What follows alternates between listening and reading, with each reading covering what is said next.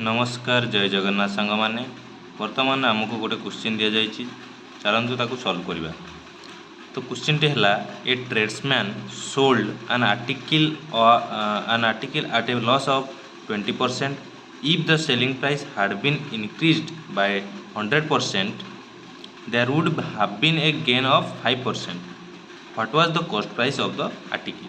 तो क्वेश्चन टा आगे बुझे दूसरी। क्वेश्चन टी है जे क्वेश्चन से कौन जदि गोटे बेपारी गोटे आर्टिकल को है जेकोसी गोटे जिनस को ताकू 20% लॉस रे बिकुची है से लॉस रे बिकुला।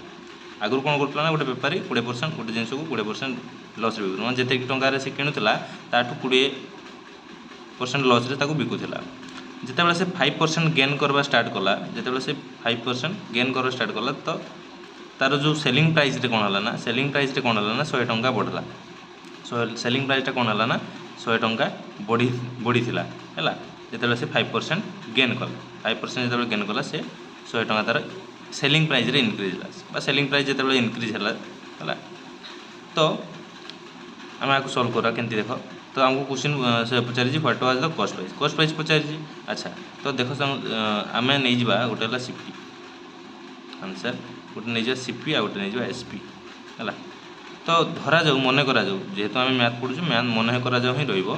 तो मन करा जाऊ 100 सीपी है के 100 कॉस्ट प्राइस है 100 तो से स्टार्टिंग के बिकुला 20% लॉस रे बिकुला ना। तो 20% लॉस माने धरा जाऊ गोटे जिनस को ये धरी नि 20 टंका 20% ना 20 टंका यहाँ भाव। तो धरा जाऊ से 100 टंकार कि बिकुची 20 टंका कम रे 20 टंका कम रे माने केते बिकुथु 80 टंका बिकुथु या तो कथा है। तापर से कौन कला ना जितेबाला 5% लाभ रखला ताने से 100 टंकार आणिकी से पुणी कौन कला ना 105 रे बिकला 100 टंका 5 टंका लाभ रखला 5% गेन गई ये लॉस कहीला ये गेन गई है जितेबाला लॉस करता से 80 टंकार बिकुला जितेबाला से गेन कर 105 टंकार बिकुची क्लीयर कथा है। तो ये आमको क्वेश्चन पचारि जे तार सेलिंग हाँ तो ये आमको क्वेश्चन दीजिए सेलिंग प्राइस रे केते बढ़ुची 100 बढ़ुची। सेलिंग प्राइस कोड़ा सांग मैंने यहाँ सेलिंग प्राइस रे एठी आगुरी सेल करथला 80 टंकार से समान दर रे आणुथला से समान जिनस समान दर रे आनीची किंतु आगुरी बिकुथला 80 टंकार वर्तमान बिकुची 105 टंकार।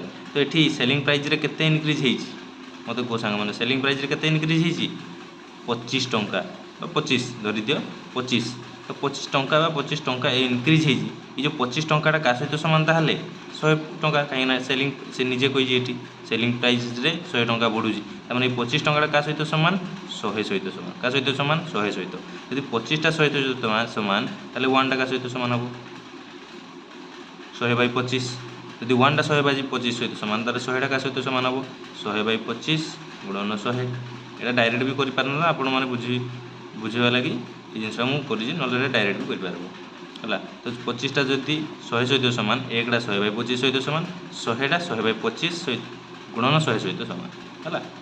तो 25 को 4 काटिदेले आमको केते मिल जिवो 100 गुणन 4 400 टंका आंसर 400 रुपीज क्लियर बुझीगला। जदि कौन डाउट थाए ताले क्वेश्चन सॉरी कमेंट बॉक्स रे कमेंट कर क्लियर है।